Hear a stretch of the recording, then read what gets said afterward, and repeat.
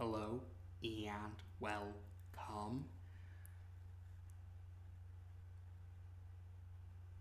to the viewers of this video.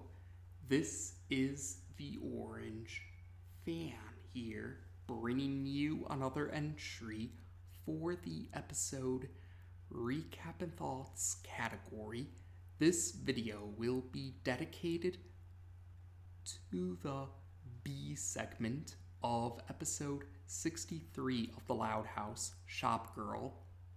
We begin this segment at the Loud House, where we see Lincoln and 9 of the 10 Loud sisters eating breakfast while watching TV. Lenny is preparing to go to the mall for shopping, but Lenny clarifies that today is not an ordinary day for shopping. Lenny explains to her siblings that Reinengers is having a 25% off blowout sale that will last for 2 days. And Lenny is hoping to acquire some new articles of clothing through this blowout sale. So Lenny's siblings wish Lenny luck, and Lenny proceeds to go to the mall. Time passes by, and we now see Lincoln and 9 of the 10 Loud sisters eating lunch while watching TV. Lenny returns home, and Lenny's siblings are surprised to see that Lenny looks like she got into a fight, and Lenny has not acquired any new articles of clothing. Lenny explains that this was the result of how some shoppers can be very aggressive when it comes to shopping, but Lenny assures her siblings that she's okay with this. Lenny figures that she can create new articles of clothing from articles of clothing that she already has. Lenny then proceeds to go upstairs, and after she does that, Lenny's siblings begin to talk about how they think Lenny is too nice for her own good. Those are actually the words that Lori uses when Lenny's siblings are talking about this particular topic. Lenny's siblings comment along the lines about how they think Lenny should be less nice and more willing to put herself before others. And after they agree to these sentiments, Lenny's siblings head up to Lori and Lenny's room, and they see that Lenny has turned a nightgown into a pair of jeans, and she's planning to turn a different pair of jeans into a nightgown. Lenny's siblings tell Lenny that they want to help her be more assertive. Lenny once again assures her siblings that she's okay with not acquiring any new articles of clothing during the first day of this blowout sale. But Lenny's siblings are adamant about helping Lenny become more assertive for the second day of this blowout sale. And eventually Lenny agrees to go along with this, saying that she's happy when her siblings are happy, and Lincoln face palms after Lenny says this. The next few scenes follow a formula. So the formula is Lenny's siblings give Lenny advice about being more assertive. Lenny doesn't follow the advice, so a different Loud sister demonstrates the advice. So that's the formula for these next few scenes. So for the first of these scenes, we head to the hallway on the second floor of the Loud House. And Lenny's siblings give Lenny advice about not letting others cut in front of her in line. Lola is the Loud sister that demonstrates this advice. So the next scene takes us to the backyard, and Lenny's siblings give Lenny advice about not letting others get in the way of acquiring the articles of clothing that catch her interest. And Lynn is the Loud sister that demonstrates this advice. The next scene takes us to the kitchen, and Lenny's siblings are giving Lenny advice about not letting anyone take the articles of clothing that she has acquired. And Lori is the Loud sister that demonstrates this advice. And for this advice, Lori is using a phone charger for this advice. Or yes, Lori demonstrates this advice by protecting a phone charger from her siblings. Lori also comments about how she's had 17 years of practice with regards to protecting her items from her siblings. So after these scenes, the next scene takes us to the next day, and we see the Loud siblings are waiting in line to enter the mall. Lenny thanks her siblings for the advice that they gave her about being more assertive, and then suddenly someone cuts in front of Lenny in line, and so Lenny has a chance to demonstrate the advice that her siblings gave her. And Lenny does manage to scare the guy that cut in front of her in line. So the mall officially opens up, and everyone in line rushes into the mall. And the next scene takes us to Rhinengers itself. Yes, the next scene takes us to Rhinengers itself, and we get to see Lenny demonstrate the advice that her siblings gave her about being more assertive while acquiring more and more articles of clothing at Rhinengers. Eventually, Lenny makes it to the checkout line, and she has all the articles of clothing that she wanted to acquire. And so Lenny's siblings cheer Lenny on for demonstrating the advice that they gave her and acquiring the articles of clothing that she was hoping to acquire. Lynn thinks that they should celebrate, and Lynn thinks that they should celebrate with sodas and pretzels, and she says that it's on Lincoln, much to Lincoln's confusion. So the rest of the Loud siblings head off to the food court, and Lenny tells her siblings that she'll meet them at the food court once she's made it through the checkout lane. Or the checkout line, yes. Lenny says that she will meet her siblings after she makes it through the checkout line. So after that happens, we do see Lenny scaring another guy who cut in front of her in line. Or yes, another guy cuts in front of Lenny. So Lenny is preparing to, Lenny is preparing to demonstrate the advice that she was given about being assertive, and she does manage to scare the guy who cut in front of her in line. Actually, the first guy that cut in front of her in line actually warns the other guy who cut in front of Lenny in line that it wasn't a good idea to cut in front of Lenny. And the first guy that cut in front of Lenny is trying to stay on Lenny's good side after the other guy who cut in front of Lenny is scared away. So after that, the next scene takes us to the food court of the mall, and we do see Lenny's siblings are continuing to pat themselves on the back for teaching Lenny to be more assertive. We then head back to the checkout line at the Rhinengers store, and Lenny is looking through the articles of clothing that she acquired, but then she notices an elderly woman talking to one of the employees of Rhinengers. The elderly woman inquires if there are any more copies of a polka-dotted swimsuit. The elderly woman was hoping to acquire this polka-dotted swimsuit for her granddaughter, but the employee sadly confirms that there are no more available copies of this polka-dotted swimsuit. So Lenny actually offers to give the elderly woman the polka-dotted swimsuit that Lenny, had acquired. And the elderly woman thanks Lenny for her kind offer.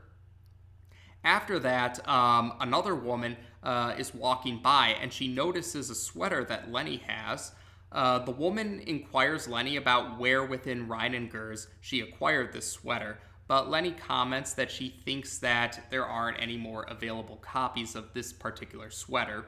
And the woman is sad to hear this because this woman has many allergies to different fabrics. Or, yes, the woman says that she's allergic to almost every fabric, and the fabric of that particular sweater is one of the few fabrics that she's not allergic to. Hearing this, Lenny offers... after hearing this, Lenny offers to let the woman have the copy of the sweater that Lenny, had acquired. And the woman thanks Lenny for her kind offer. After that happens, a man is running by the checkout line, and the man accidentally drops his credit card. Lenny notices this. She picks up the credit card, and she calls out to the man to let him know that he dropped his credit card, although Lenny thinks that the man's name is American Bank. The man thanks Lenny for finding his credit card and letting him know that he dropped it. He admits that he's very panicked right now because he's trying to find a tie, but not an ordinary tie. The man is hoping to find a tie to celebrate his and his wife's 25th year anniversary. And Lenny actually offers to help the man find a tie that's perfect for the celebration of his and his wife's 25th year anniversary. The man, though, points out that Lenny would lose her place in line if she does this, but Lenny assures the man that she's okay with this. Lenny says that she thinks helping the man find the perfect tie for his and his wife's 25th year anniversary is more important. So Lenny walks off with the man to find the right tie for this milestone celebration. Meanwhile, we head back to the mall's food court, and we see Lenny's siblings are imagining what Lenny's life will be like in the future now that she's acting more assertive. We then see a daydream sequence, and this daydream sequence shows Lenny becoming a fashion CEO through the assertive demeanor that she acquired from her siblings. So after this daydream sequence, we head back to the Reinenger's store, and this scene shows Lenny continuing to give her new articles of clothing to other customers that were hoping to acquire their own copies of these articles of clothing. And eventually, Lenny makes it to the counter of the checkout line, and she only has one article of clothing left. The cashier compliments Lenny for the article of clothing that she has chosen, or the article of clothing that she has left. And the cashier admits that she wishes that she had more time to look through Reinenger's store for any articles of clothing that caught her attention. And Lenny actually offers to let the cashier have her last article of clothing. But the cashier says that she couldn't possibly do that since this is Lenny's last article of clothing. And the cashier comments about how Lenny had been waiting in line for quite some time now.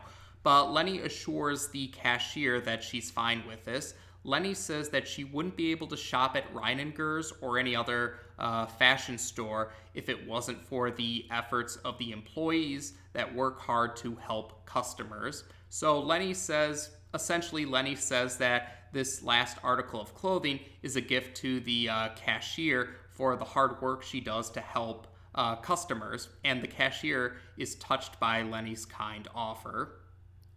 So we then head back to the food court of the mall, and Lenny's siblings are continuing to speculate what Lenny's life will be like in the future with a more assertive demeanor. And then Lenny, eventually Lenny arrives at the food court, and she greets her siblings. And Lenny's siblings notice that Lenny doesn't have any of the new articles of clothing that she acquired when she went to the checkout line at Reinenger's. And Lenny admits that she gave the new articles of clothing that she acquired to other customers. Lenny's siblings are baffled to hear this, pointing out that they spent the previous day giving Lenny advice about being more assertive. And Lenny admits that the assertive demeanor just wasn't in character for her. She does, Lenny also says that Lenny also admits that it did feel good to acquire the articles of clothing that she wanted, but she says that she feels better giving other customers the articles of clothing that they wanted. Lenny's siblings still aren't happy to hear this, Lenny's siblings are still sad to hear this because they think that Lenny's future won't turn out very well if she doesn't act more assertive. Suddenly, the elderly woman from earlier approaches Lenny, and the elderly woman reveals that she bought a present for Lenny. This is the elderly woman's way of thanking Lenny for letting her have the polka-dotted swimsuit. And after the elderly woman gives Lenny the present, one of the employees of the food court brings in a cart of French fries, multiple French fries, and the employee reveals that someone had actually paid for these French fries on behalf of Lenny and her siblings, we quickly find out that the woman with many fabric allergies was the one who paid for all these French fries on behalf of Lenny and her siblings. And after that, the man and his wife appear. Yes, the man looking for a tie and his wife appear, and the man's wife thanks Lenny. Yes, the man's wife thanks Lenny for helping her husband out. She says that she thinks the tie looks very good with her husband. And the man with the tie thanks Lenny by giving her a gift card for the Froyo shop. And Lenny comments that the Froyo shop is one of, if not her favorite places. And she wishes the married couple a happy anniversary, and she calls them Mr. and Mrs. Bank. The wife has a confused look on her face, and the husband has a look on his face that indicates... yeah, she thought I was American Bank, or that's essentially what his expression indicates. Even after all of these moments, Lori still thinks that Lori thinks that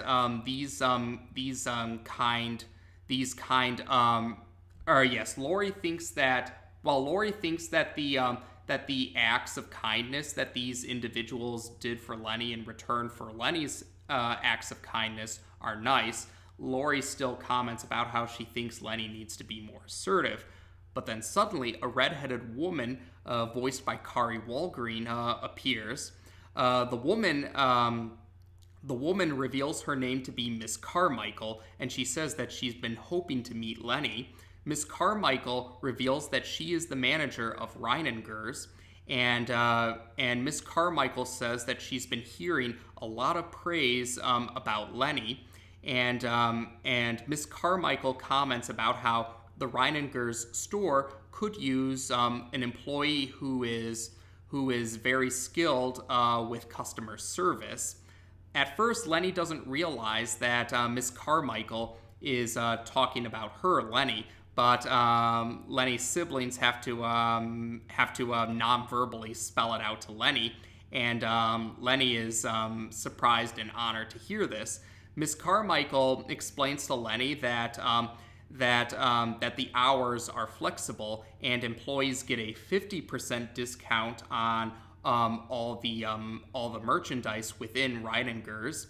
And Lenny does accept Miss Carmichael's offer. Miss Carmichael is pleased to hear this, and she says that Lenny can fill out the paperwork when she's ready. So Lenny actually prepares to fill out the paperwork. Lenny proceeds to leave with Miss Carmichael so that she can fill out the paperwork. And Lenny says that she'll see her siblings at home at a later point in time.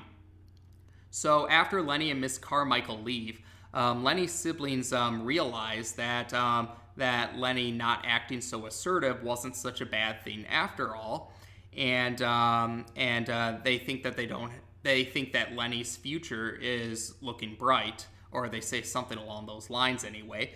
Lola then wonders what could happen with her if she acts nice like Lenny. So Lola sees the guy who cut in front of Lenny the first time before they entered the mall. The guy who cut in front of Lenny. Lola sees that guy, and she offers her French fries to the guy. But the guy politely declines, but Lola is not willing to give up, and Lola becomes more and more aggressive about offering her French fries to the guy. And eventually she manages to scare the guy who thinks that there's something wrong with the mall, and the guy runs off. And Lincoln comments along the lines about how that didn't really go the way Lola had expected. And that is how we end this segment. So this segment features Lenny as the spotlight character. And this segment also follows a general plot line that had been done before in other entries. But once again, I'm always of the mindset that or in my case, I'm more concerned about the execution, not how many times a plot has been done or how many times certain tropes have been done. And I do think that this was well executed. Now, to clarify what the general plot was, the plot was about most of the Loud siblings. You could say, yeah, most of the Loud siblings meddling in one of the siblings' affairs for something in an effort to help them. And yes, we've seen that before with the Loud sisters meddling in Lincoln's affairs, though Back in Black also featured that with most of the Loud sisters meddling in Lucy's affairs, and you could say that was the case here with Lincoln and 9 of the 10 Loud sisters meddling in Lenny's affairs to teach her to be more assertive. Although I do feel that with examples with the Loud sisters meddling in Lincoln's affairs, or at least most of those entries, and within Back in Black and in this segment, I do feel that the execution was handled so that, yes, I think the execution was handled well. I think the execution does present all of the Loud siblings being in a sympathetic light. And yeah, that's what I think for this segment. I think Lenny's siblings were portrayed sympathetically in this segment. Yeah, you could say that they did meddle in their affairs, but it was clear that they did mean well. They had their hearts in the right place, and I can appreciate that. So yes, I do appreciate how they were portrayed sympathetically. They were portrayed having good intentions, and that's always a good thing. I do appreciate those moments that do show the Loud siblings caring about each other and looking out for each other, and having good intentions, even if they may not always pan out the way that they hoped they would pan out. It still does show that their hearts are in the right place, and I do think that's a good thing to remind viewers of, considering how some entries have given some of the Loud siblings and the Loud parents too, for that matter. I guess we could say the Loud family overall. Yes, certain entries have given the Loud family members some unfavorable impressions, or some fans don't view certain members of the Loud family in a favorable light because of some entries. So seeing entries that do show the Loud family looking out for each other and caring about each other, having their best interests at heart, I do appreciate those entries. Now, yes, with regards to this segment, yes, Lenny's siblings were hoping to teach Lenny to be more assertive. And some fans actually found that rather interesting because while Lenny does have a track record of being fairly nice, some fans have pointed out that Lenny still has demonstrated moments where she was assertive. Or, yes, Lenny was shown that there were some entries that showed Lenny wasn't afraid to fight back against her siblings, or that Lenny didn't act like a pushover with her siblings. Yes, we've seen those entries where Lenny was willing to join the rest of her siblings when it came to big fights, like the Sweet Spot and It's a Loud, Loud, Loud, Loud House, for example. Lenny was willing to join in those fights too. So some fans did find that a little curious. Now, some fans had tried to rationalize it by saying maybe Lenny's more willing to act that way around her family than she is towards non-family members. And some fans do seem to believe that, since some fans have commented about how they do see some people being more likely to do certain things with their family than they are towards non-family members. So maybe that's a case. Although some fans have also noticed, or yes, some fans have also commented about how Lenny's Beware the Nice One moments usually seem to happen whenever the Loud sisters have their hive mind or mob mentality moments. And yeah, so that was an interesting detail. And while I'm on that topic, actually, that brings up, yes, while I'm on the topic about Lenny's track record of usually being considered to have a nicer demeanor for the most part, this brings up something that some fans, a topic that some fans don't particularly like. Yes, some fans have been noted to bring up how, or yes, I've seen some fans take issue with other fans describing certain Loud sisters to be on the nicer side or the meaner side, and some fans take issue with that because they bring up how how the Loud sisters in general have had their kinder moments and they've had their not so kind moments, to put it nicely.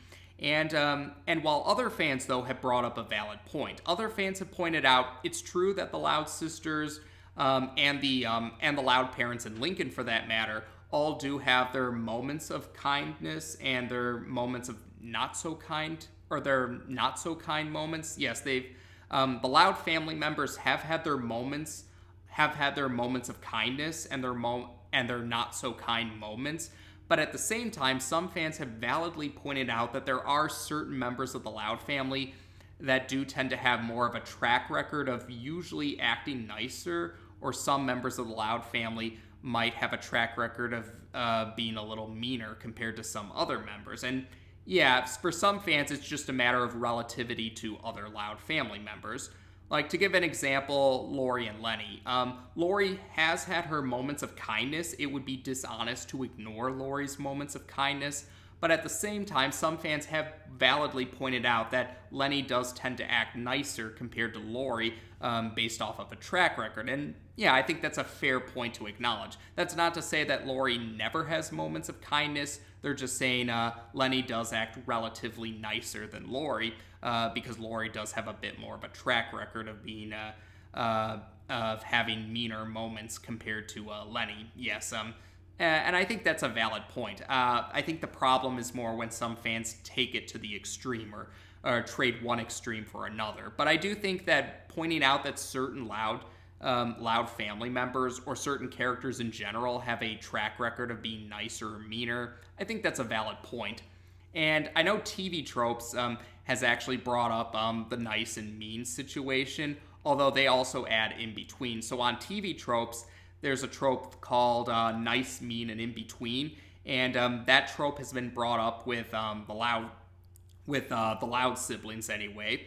With regards to the Loud sisters and their correlation with nice, mean, and in between, according to TV Tropes, at least as of the recording of this video, TV Tropes considers Lenny, Luna, Lana, and Lily to be in the nice category. TV Tropes considers Lori, Lynn, and Lola to be in the mean category, and TV Tropes considers Luann, Lucy, and Lisa to be in the in-between category.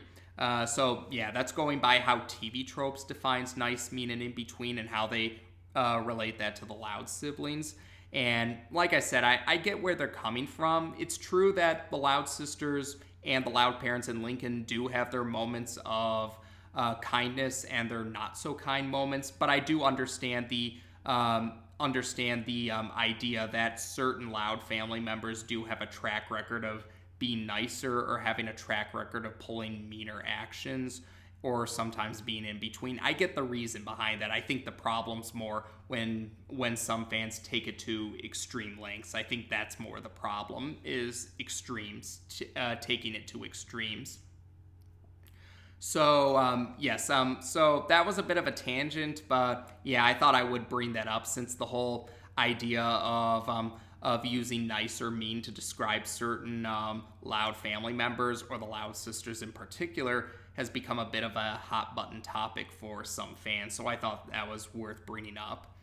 And otherwise, yes, the idea of helping Lenny to be more assertive. I was actually reminded of a segment from SpongeBob SquarePants, Walking Small. Yes, the SpongeBob SquarePants segment, Walking Small, kind of reminded me of, or this segment reminded me of Walking Small from SpongeBob SquarePants. For those unfamiliar, Walking Small was Plankton, but there were some differences, yes. The idea of teaching a character to be more assertive, but it was executed differently.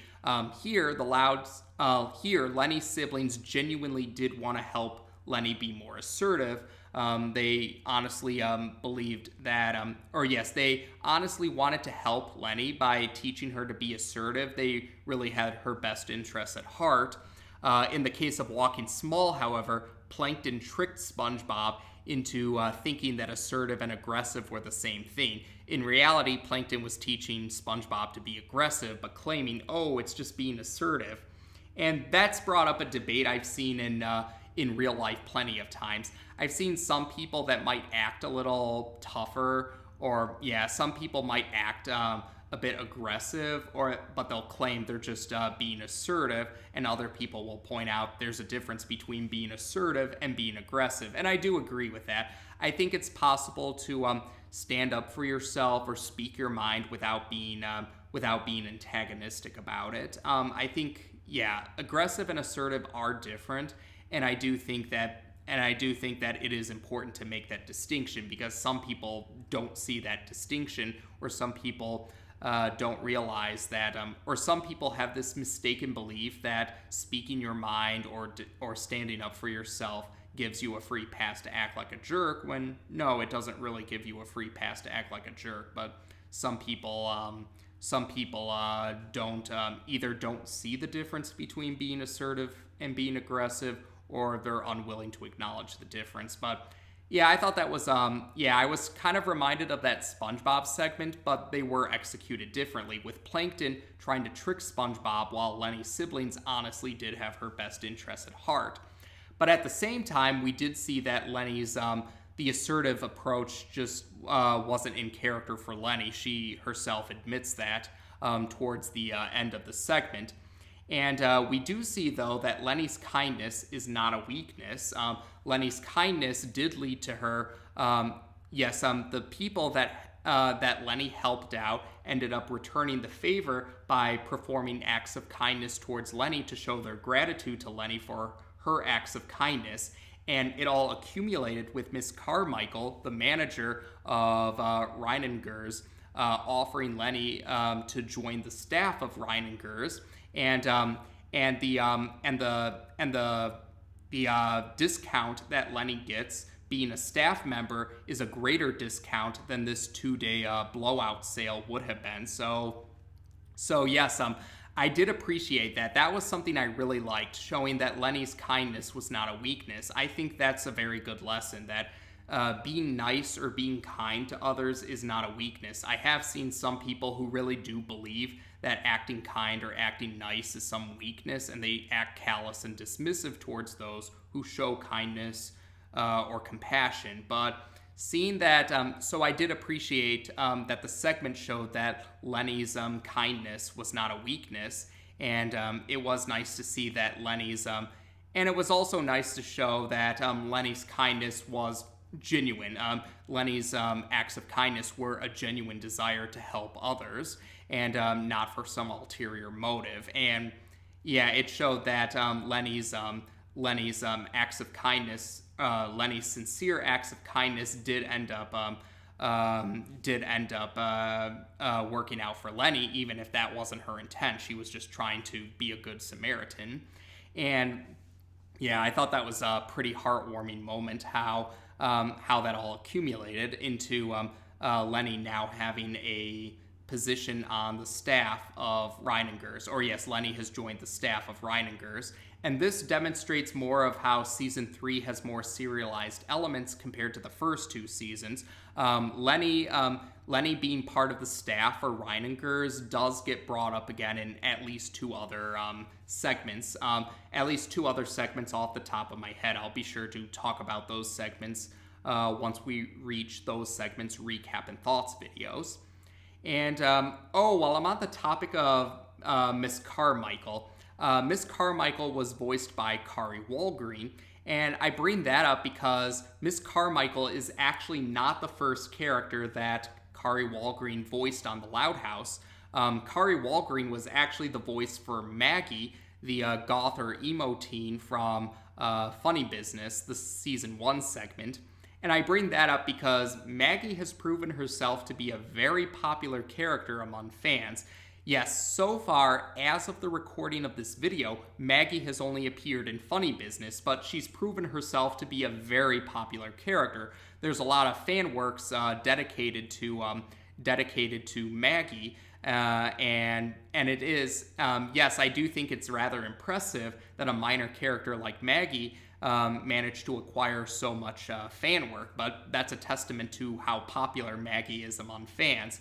And I wanted to bring up something And yes, I wanted to talk about Maggie's popularity because one of the staff and crew members of the Loud House actually recently found out about, one of the staff or crew members of the Loud House was actually surprised to find out about Maggie's popularity. Sometime when season 3 was still airing on TV, or premiering on TV, I should say, yes. When season 3 was still premiering on TV, sometime around then, one of the staff or crew members had actually commented on one of their social media accounts that they were surprised to find out how popular Maggie was. And yes, it does go to show how sometimes staff or crew members can be very surprised when a minor character proves to be very popular among fans. So yeah, that's the reason that was the reason why we hadn't really seen Maggie after Funny Business. Staff and crew members were actually not aware of how popular Maggie was with fans. Now, some fans have been wondering, now that they are aware of Maggie's popularity, does this mean we'll get to see Maggie in a later entry? And I'm not entirely sure yet. I should bring up, a similar situation, or if Maggie does return, it could be a similar situation with Sam.